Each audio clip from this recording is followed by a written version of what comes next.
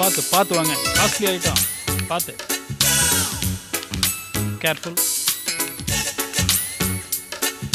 பார்த்து, ஸ்லோவா. இப்படி கூட, இப்படி இந்த இடத்துல வச்சு பார்த்து.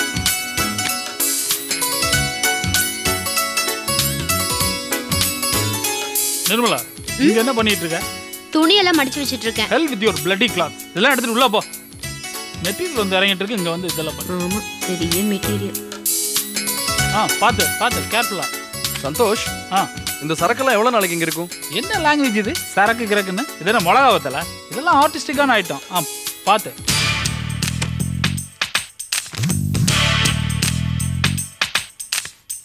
என்ன மாப்ள, நிறைய சாமான் வந்து இறங்கிச்சு. படுக்க கூட இடம் இல்லாம எல்லாத்தையும் அடைச்சிருச்சு. வேற வழியில் அட்ஜஸ்ட் பண்ணிக்கங்க. கொஞ்ச நாள் மொட்டை மாலை படுத்து சமாளிக்க வேண்டியதுதான். எப்படியோ பிசினஸ் நல்லபடியா வந்தா போதும். இதாம்மா, நான் கடைக்கு போயிட்டு வந்துட்டேன். சரிப்பா. ஏன் மாப்பிள்ள, எல்லாமே கண்ணாடி பொருள் தானே? கண்ணாடி இல்ல ஆண்டி, கிறிஸ்டல். ரொம்ப காஸ்ட்லியான ஐட்டம். இதுல அது மட்டும் இல்லாம செராமிக், பீங்கான் இந்த மாதிரி ஐட்டம்ஸும் நிறைய இருக்கு. என்ன ஒண்ணு, எல்லாமே ஈஸியா உடையக்கூடிய ஐட்டம்ஸ். அதனால நான் உங்க எல்லாருக்குமே ஒன்று சொல்றேன், எல்லாரும் மைண்ட்ல வச்சுக்கோங்க. என்ன மாப்பிள்ள? கொஞ்ச நாளைக்கு யாரும் இந்த ஏரியா பக்கம் ஜாஸ்தி நடமாடாதீங்க. இந்த சமயக்கரை, பின்கட்டு அந்த மாதிரி ஏரியால இருந்துக்கங்க. அப்புறம் இந்த மிக்சி, கிரைண்டர் இதெல்லாம் கூட போட்டுறாதீங்க. ஏன்னா அதோட வைப்ரேஷனால இந்த மெட்டீரியல்ல கிராக் விழ சான்ஸ் இருக்கு. ஏங்க, மிக்சி கிரைண்டர் போடாம எப்படி சமைக்கிறது? வெளியில போய் அரைச்சிட்டு வாங்க, இல்ல ஹோட்டல்ல வாங்கி சாப்பிடுங்க. இப்ப அதுவா முக்கியம்? திங்ஸுக்கு எதுவும் ஆயிடக்கூடாது, அதான் முக்கியம். மாப்பிள்ள ஆரம்பிச்சாரு. நம்ம யாரும் நிம்மதியா நடமாட முடியாது போல இருக்கு. அப்புறம் உங்களுக்கு இன்னொன்று சொல்லிக்கிறேன், இந்த சாமி கும்பிட்ற அதுன்ட்டு சாம்பிராணி புகையை போட்டு கிளப்பிடாதீங்க. அதில் வர்ற புகையெல்லாம் மெட்டீரியல் அஃபெக்ட் பண்ணிடும். பார்த்து வைங்க, கேர்ஃபுல்லா. அப்படிதான்.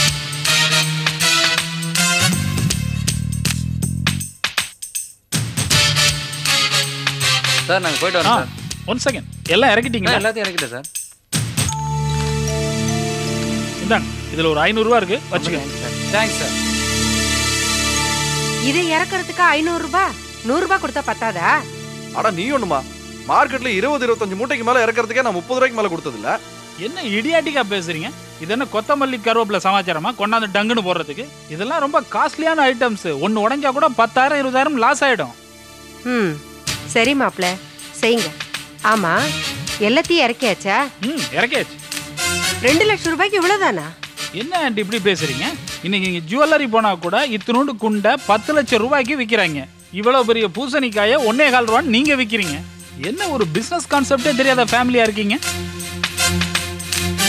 சார், எக்ஸ்கியூஸ் மீ, ரெசிப்ட் பில்ல ஒரு சைன் பண்ணுங்க.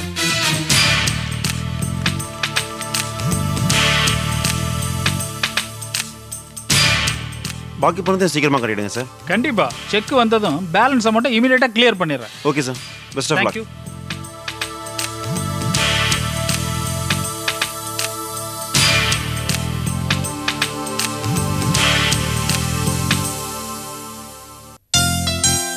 உங்களுக்கு என்னங்க, நல்லா பிசினஸ்ல தேர்ந்துட்டீங்க. துணைக்கு உங்க தம்பி வேற இருக்காரு. ஆமா, உங்க மச்சான் ஒருத்தர் இருப்பாரு, பேர் என்ன, சந்தோஷ் தானே? ஆமா. மார்க்கெட்ல உட்காந்துட்டு டஸ் புஸ்ன்னு இங்கிலீஷ்ல பேசிட்டு இருப்பாரு. இப்போ அவர் என்ன பண்றாரு? அவரும் சொந்தமா ஒரு பிசினஸ் ஆரம்பிச்சிருக்காரு. அப்படியா? நம்மள மாதிரி சாதாரண பிசினஸ் எல்லாம் கிடையாது, அவர் ரேஞ்சே தனி. அப்படி என்ன பிசினஸ்? இப்போ வெளிநாட்டுல வீட்டெல்லாம் கட்டுவாங்கல்ல, அதை அலங்கரிக்கிறதுக்கு கலைப்பொருட்களை இங்கேருந்து வாங்கி அனுப்புறது. அதாவது நம்ம பொருள் அனுப்பணும், அவங்க பணத்தை அனுப்புவாங்க, இந்த ஏஜென்ட் மாதிரி, அப்படித்தானே? கிட்டத்தட்ட அந்த மாதிரி தான், ஆனா நம்மளே பணத்தை போட்டு வாங்கி அனுப்பணும். அப்புறம் ஃபாரின்ல மாப்பிள்ளைக்கு யாராவது தெரிஞ்சவங்க இருக்காங்களா? அதெல்லாம் யாரும் இல்லை. அப்புறம் எப்படி இந்த பிசினஸ்ல இறங்கினாரு? அது என்ன சொல்லுவாங்களே, இன்டர்நெட். ஆமா, அது மூலமா பிடிச்சிருக்கிற பிசினஸ். சொல்ல போனா யாரோட பிசினஸ் பண்றோம்னு முகம் கூட தெரியாது, அந்த மாதிரி பிசினஸ். நாடு எவ்வளவு வளர்ந்துச்சு பாருங்களேன். மாணிக்கா, நான் ஒன்னு சொல்றேன்னு தப்பா நினைச்சுக்காதீங்க. முகம் தெரிஞ்ச ஒருத்தட்ட பொருளை கொடுத்து பிசினஸ் பண்றதுலயே 1000 பிரச்சனைகள் வருது. யாருன்னே தெரியாத ஒருத்தட்ட போய் பணத்தை கொடுத்து பிசினஸ் பண்றது ரிஸ்க் இல்லையா? மாப்பிள்ளை படிச்சவரு, அவருக்கு இதெல்லாம் தெரியாமலே இருக்கும். சில விஷயங்களுக்கு ஏட்டு படிப்பு உதவாது மாணிக்கம். நீங்க அனுபவசாலி, எதுலையும் கொஞ்சம் கவனமா இருந்துக்குங்க. அப்புறம் இன்னொரு விஷயம், செகண்ட் ஹேண்ட்ல ஒரு லாரி வாங்கணும்னு ஒரு யோசனை. உங்கள்ட்ட ஒரு லாரி இருக்குல்ல? இருக்கு. அந்த லாரி எனக்கு கொடுக்குற யோசனை இருந்துச்சுன்னா சொல்லுங்க. மன்னிச்சிங்கண்ணே, லாரி விற்கிற பொசிஷனில் நான் இல்லை. சொல்லப்போனால் கூடிய சீக்கிரம் இன்னொரு லாரி வாங்கலான்ற யோசனை இருக்குது. ஒரு பெரிய லாரி டிரான்ஸ்போர்ட் கம்பெனி வைக்கணுன்ற ஆசையெல்லாம் இருக்குது. அப்படியா? சரி, நல்லது மாணிக்கம். நான் வேற ஆளை பார்த்துக்கிறேன். ஒன்றும் வருத்தப்படுக்கிறாதீங்க. வரட்டுமா? வரேன் செல்வம்.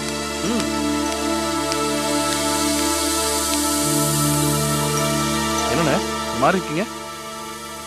தலை சுத்துதுரா. ஏன், என்னாச்சு? நம்ம ரங்கராஜன் வந்து பேசிட்டு இருந்தாரு. மாப்பிள்ளை பிஸ்னஸ் பற்றி சொன்னேன்.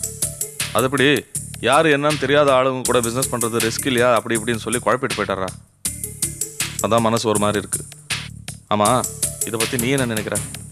அண்ணே, என்னை பொறுத்த வரைக்கும் என்னன்னா, ஒரு விஷயத்த முடிவு பண்ணியாச்சு, காரியத்தில் இறங்கியாச்சு. இதுக்கு மேலே அதை பற்றி தேவையில்லாமல் நினச்சி குழம்புறது வேஸ்ட் ஆஃப் டைம். நல்லதே நடக்கும் நம்புவோம், பாசிட்டிவாக நினைப்போம். எதுக்கு தேவையில்லாத குழப்பம்? அப்படிதான் நினைக்கணும், வேற வழி இல்லை.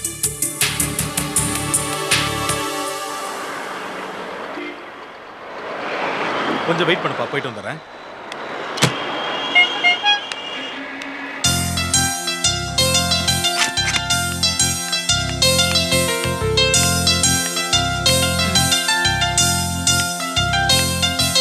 வணக்கம் முதலாளி. மாணிக்கம், நான் உன் கடைக்கு வரல, பக்கத்து கடைக்கு தான் வந்தேன். இருந்தாலும் நீ இன்னும் பழச மறக்கல பாத்தியா? வழக்கம் போல உன்னை மறந்து என்ன முதலாளின்னு கூப்பிட்டியே, ரொம்ப சந்தோஷம்ப்பா. முதலாளி, ஒரு நிமிஷம் கடைக்குள்ள வந்து உட்காந்துட்டு போங்களேன். மாணிக்கம், இதே வார்த்தையை நீ கடை திறக்கும் போது சொல்லி இருந்தா எவ்வளவு மனஸ்தாபம் இருந்தாலும் அதையெல்லாம் மறந்துட்டு உன்னை வந்து வாழ்த்திட்டு போயிருப்பேன். அதெல்லாம் இருக்கட்டும், பரவாயில்ல. நீ எவ்வளவு பெரிய ஆளானாலும் என்கிட்ட இருந்து தொழில் கத்துக்கிட்டு வெளியே வந்தவங்கிற பெருமை எனக்கு இருக்கு. அது போதும்பா.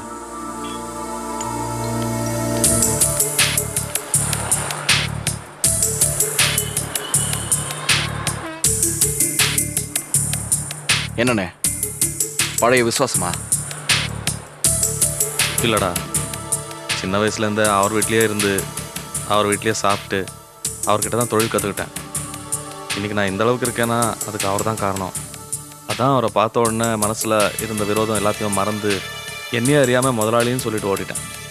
இல்லைண்ணே, நீங்கள் இன்னைக்கு இவ்வளோ தூரம் வளர்ந்துருக்கீங்கன்னா அது காரணம் உங்களுக்குள்ளே இருக்கிற மரியாதை, விசுவாசம், இதெல்லாம் தான்.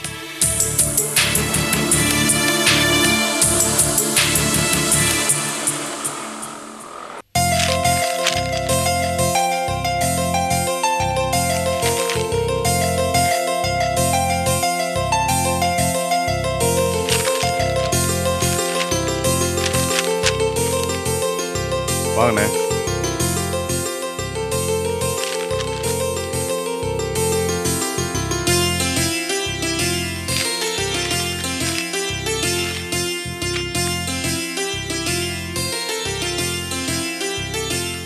சிவராம் மாமா, இந்த ஸ்கூலுக்கு போயிட்டு கையோட ஆர்டர் எடுத்து வந்துருங்க.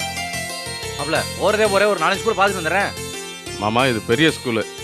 நீங்கள் போனீங்கன்னா வெயிட் பண்ணி ரொம்ப நேரம் காத்திருக்கணும்.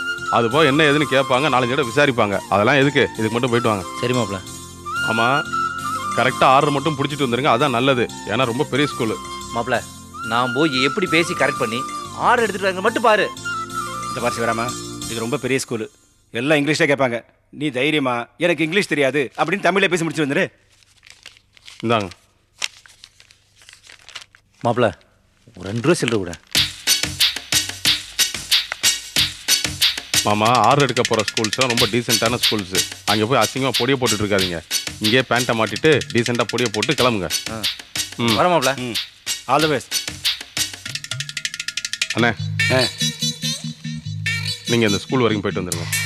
ஓ, மெட்ரிகுலேஷன் ஸ்கூலா? வெரி குட், வெரி அண்ணே, ஏற்கனவே அந்த பிரின்ஸ்பலை சொல்லி அப்பாயின்மெண்ட் வாங்கிட்டேன். கரெக்டாக எதுக்கு போயிருங்க. பங்க்சுவாலிட்டிங்கிறது ரொம்ப ரொம்ப முக்கியம். கோபி, நான் பங்க்சுவாலிட்டி அவங்களோட அதிகமாக பார்க்குறேன்.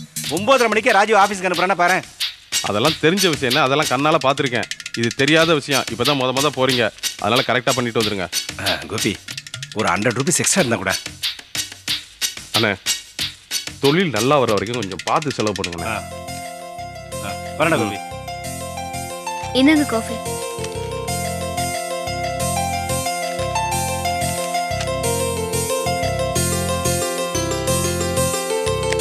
போசனே,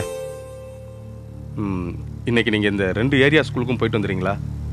கோபி, ஒரு 2 நாளைக்கு வேணாமே. ஏன்? வெளியே கொஞ்சம் வேலை இருக்கு.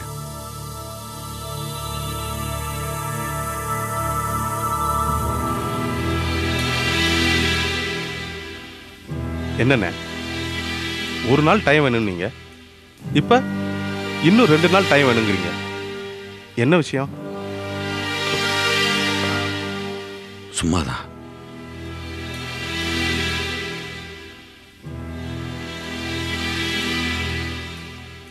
சும்மாதானா? உங்களுக்கு இந்த தொழில் பார்க்க பிடிக்கலையா, இல்ல வேற வேலை இருக்குன்னு ட்ரை பண்றீங்களா? கோபி, என்ன வார்த்தை சொல்லிட்ட? எனக்கு நீ ஒவ்வொன்றும் பார்த்து பார்த்து பண்ற. வேற ஏதாவது நான் மனசுல நினைப்பேனா? அப்படின்னு நினைச்சா உருப்பட மாட்டேன் கோபி.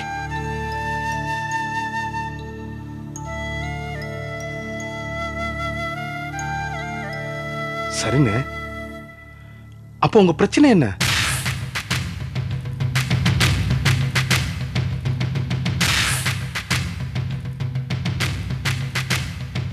என்னன்னு உங்க பிரச்சனை? என்கிட்ட சொல்லலாம்ல.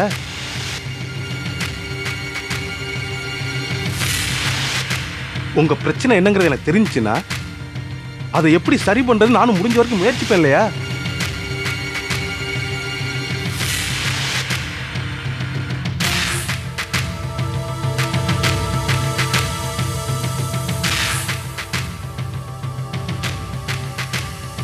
நான் சொல்றேன், தயவு செஞ்சு கோச்சிக்காதீங்கண்ணே. வர வர உங்க போக்கே சரியில்லை. காலையில ரவி கடை திறப்பு விழாக்கு எங்களுக்கு முன்னாடியே கிளம்பி போனீங்க. ஆனா நாங்க அங்க வந்து பூஜையெல்லாம் முடிஞ்ச பிறகுதான் நீங்க அங்க வந்தீங்க. எங்க போயிருந்தீங்க? எதுக்காக அலைஞ்சீங்க? நீங்க அலைஞ்சதை விடுங்க, அதுக்கான காரணத்தை தான் நான் கேட்கிறேன்.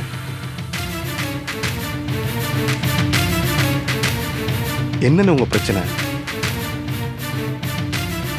உங்களுக்குள்ள என்ன குழப்பம் நடந்துட்டு இருக்கு? ஏன்னா உங்களை வர சொல்லி நான் ஃபோன் பண்ணப்ப என்கிட்ட என்ன சொன்னீங்க? எனக்கு இப்பவே அங்க வரணும் போல துடிச்சிட்டு இருந்தான்னு சொன்னீங்க. எதுக்கு துடிச்சிட்டு இருக்குன்னு சொன்னீங்க?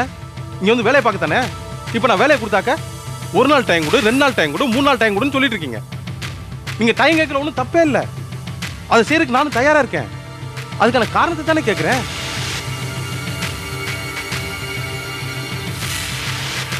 என்னென்ன உங்க பிரச்சனை? என்கிட்ட சொல்லலாம் இல்லையா? நான் என்ன வெளியாளா?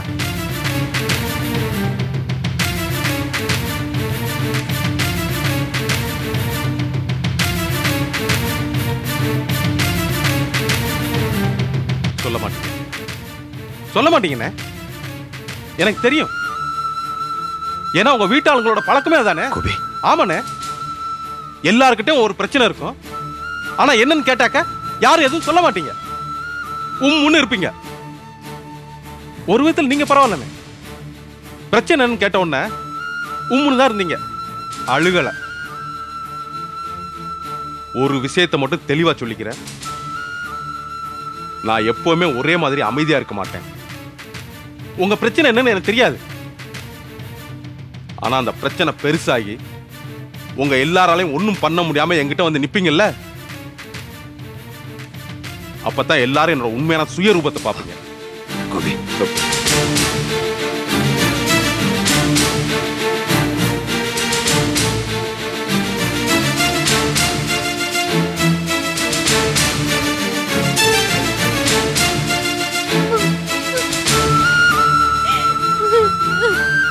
விஜய்,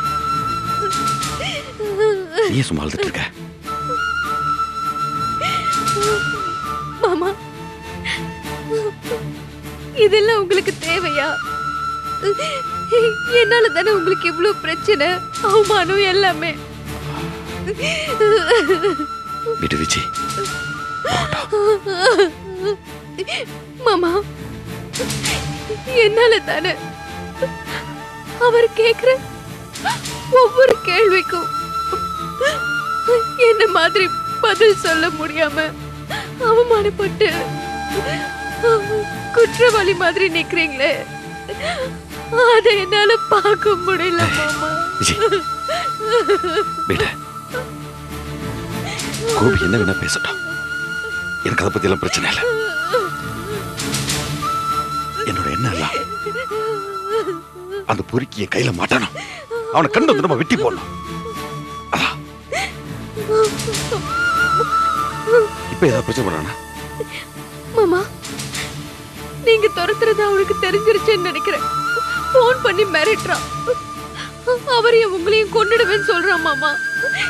எனக்கு ரொம்ப பயமா இருக்கு மாமா. நீ ஏன் பயப்படுற? கொன்றுவேன்னு சொன்னானா? கொன்றுவேன்னு சொல்றான். காலையில தானே என்ன பேசுனதுக்கு அப்புறம் கூட இந்த ஊரை விட்டு அவனை துரத்திலாம் தான் யோசிச்சேன். இனி அவன் சரியா வர மாட்டான். அவனை எங்க கண்டாலும் கண்டு வந்து நம்ம வெட்டி போட்டானே. நீ பயப்படாத, நீ எதுக்கும் பயப்படாத. இவன் இல்ல, எந்த கொம்பை வந்தாலும் ஒண்ணும் பண்ண முடியாது. நான் உயிரோட இருக்க வரைக்கும். மாமா,